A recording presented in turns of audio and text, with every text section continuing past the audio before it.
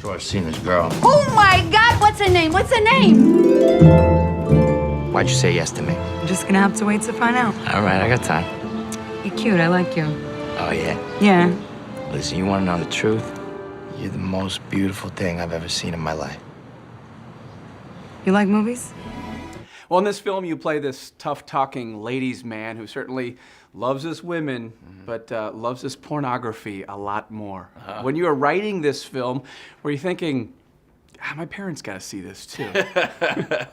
Well, my parents really liked the movie. You know, my mom is definitely a child of the feminist movement, and I think this is a movie that's sort of making fun of the way that our culture tends to reduce women to, you know, things more than people. Yeah. And so she really dug it.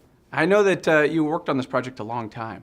How did it first pop in your mind? I'm going to make this film, and this is what it's going to be about.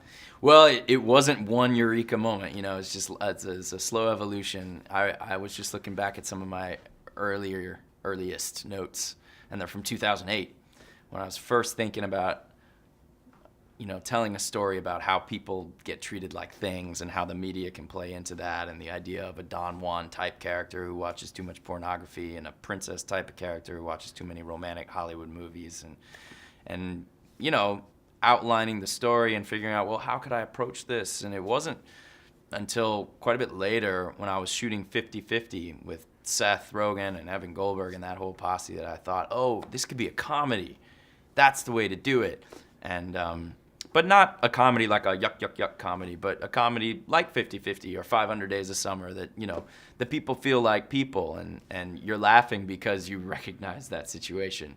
Right. It's a comedy, it's romance, it deals with relationships, sex, kind of a little bit of everything. And it's a character unlike any that we've seen you play. Yeah. First of all, you look like you've shrunk back down to size, but you were Yeah. pretty beefed up in this movie. Yeah, I was working out every day for a while and eating so much chicken, a lot of chicken. Did you like it? Did you like putting on the weight? No, bodybuilding's not for me. That's your thing? Not my thing. No, but it is very much Don John's thing. You know, he's got a really rigid expectations of what a man is supposed to be, you know, and having muscles is part of that. Right. So he goes to the gym every day and drinks his protein shakes, and, you know, keeps his hair all shiny, and Yeah. etc. It's reminiscent, and I know that you're probably going to get this a lot, but it's reminiscent of Jersey Shore. But I read that you had never even seen Jersey Shore. I had not. When no. you wrote this. No, I watched it since then because people kept bringing it up.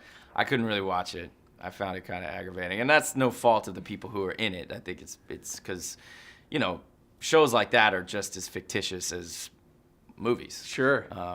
So anyway, I see it more as like, just, this is a classic American character. You know, whether it's Saturday Night Fever or Rocky or any number of other movies. Right. When I look at the movie poster, I think of a young Robert De Niro. Hey, thanks. Do you see I'll tell that? you, yeah, I watch. You know that the first Scorsese movie is this movie called Mean Streets, which is sort of a predecessor to Taxi Driver, and De Niro's really young in it, and that's a movie that I was watching. For sure. If you haven't seen that one, check that out. Oh, I've seen it. Oh, yeah, It's okay. classic. Now, we've seen you on a lot of different things. We've seen you since you've been, you know, a young boy. There's been so many child actors that have failed to make that transition or have struggled and fallen into all the pitfalls of Hollywood. Why have you been so successful? Well, thanks. That's a flattering question. I would point first to my parents. Really cool, smart parents who prioritize the things that I think are important, which are, you know, work hard, do your best, love what you do, and try to do something not just for yourself, but try to contribute in some way.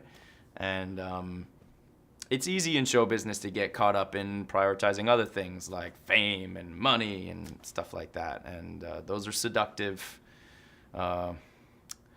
parts of the business. And I just never found those things terribly interesting. Yeah. Here's your last 5 films: Lincoln, Looper, Premium Rush, The Dark Knight Rises, 50-50, and Inception.